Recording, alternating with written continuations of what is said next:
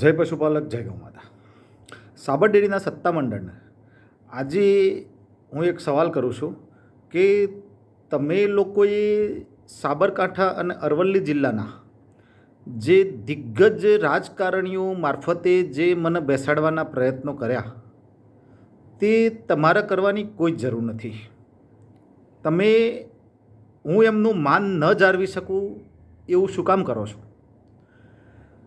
ઉત્તમ પટેલને બેસાડવા માટે તમારા માત્ર મારા 3 જ સવાલોના જવાબ આપવાના છે અને 3 જ કામ કરવાના છે પશુપાલકો માટે.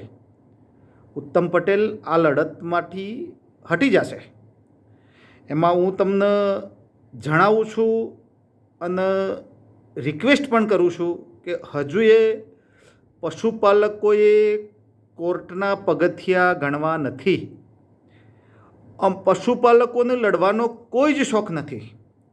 એક મજબૂરી બની ગઈ છે પશુપાલકોની કે સંગઠન બનાવવું છે અને લડવું છે.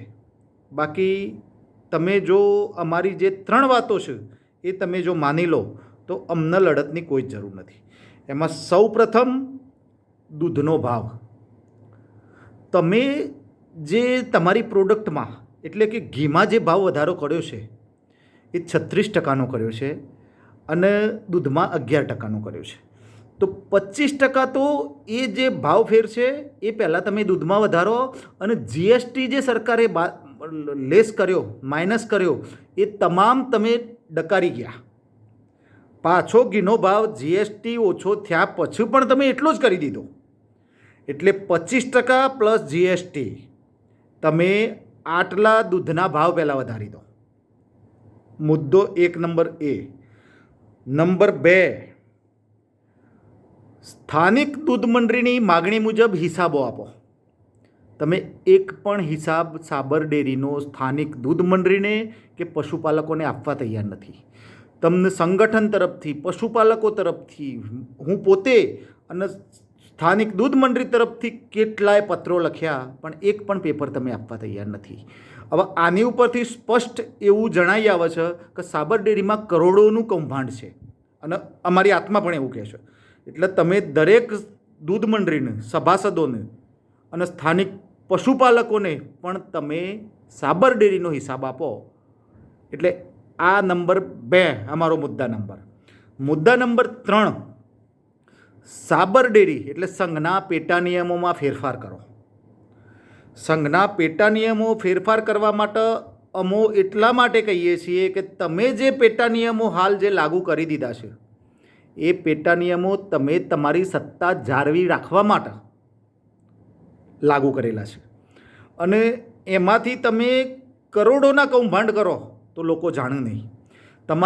તમને જે યોગ્ય લાગે, મન ફાવે એમને કોન્ટ્રાક્ટ આપી શકો એવા તમે પેટા નિયમો બનાવી દીધા છે, એવા તમે ઠરાવો કર્યા છે.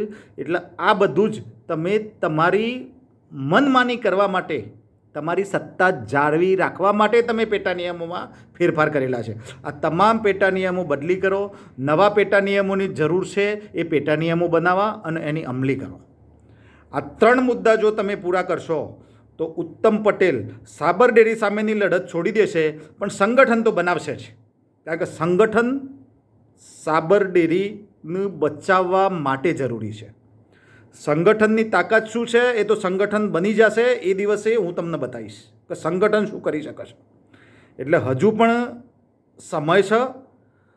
પશુપાલકોને એટલી હદે તમે મજબૂર નથી કરો કે છેલ્લે તમારા અને પશુપાલકો એટલે સાબર ડેરી સાથે અને પશુપાલકો સાથે સંબંધો બિલકુલ ખતમ થઈ જાય એટલી હદે પશુપાલકોને હેરાન નહીં કરતા. આ વર્ષે તમારી પાસે નફો ચૂકવવા માટે શું છે એ બહારથી સમાચાર મળે જ છે પણ હું કાંઈ બોલવા નથી માગતો. તમે જેમ બને એમ 31 માર્ચ ગઈ છે, તમારા હિસાબ આપો આખા વર્ષના અને પશુપાલકોને તમે શું ચૂકવવાના છો એની જાહેરાત કરો, મિટિંગની જાહેરાત કરો. તમે આ બધું એવોઇડ કરશો એ પણ અમે જાણીએ છીએ. છતાંય જો આ લડતમાંથી તમારે હજુ એ કોઈ સમાધાન કરવું હોય તો પશુપાલકોની માગણી મુજબ તમે તમામ વાતો એમની ધ્યાન ઉપર લો અને એક પશુપાલકો સાથે પશુપાલકોની સંગઠનની કમિટી સાથે તમે એક મિટિંગ કરો અને દરેક વાત, દરેક હિસાબો પશુપાલકો સુધી પહોંચાડો, તો અમારી લડાઈ ઓટોમેટિકલી બંધ થઈ જશે અને અમે સંગઠન વતી જે કામ હશે એ કરીશું. બાકી આ 3 મુદ્દા જ્યાં સુધી પૂરા નહીં થાય ત્યાં સુધી અમારી લડત ચાલુ રહેશે. એટલે તમે મહેરબાની કરીને હજુ બધા જ જે પ્રયત્નો કરી રહ્યા છો ઉત્તમ પટેલને બેસાડવા માટે, તે બિલકુલ બંધ કરી દો. એ બધા જ નિષ્ફળ છે. એટલે હવે તમે સમજી જાઓ ટૂંકમાં તો સારી વાત છે. બાકી તમારી મરજી. જય હિન્દ, જય ભારત.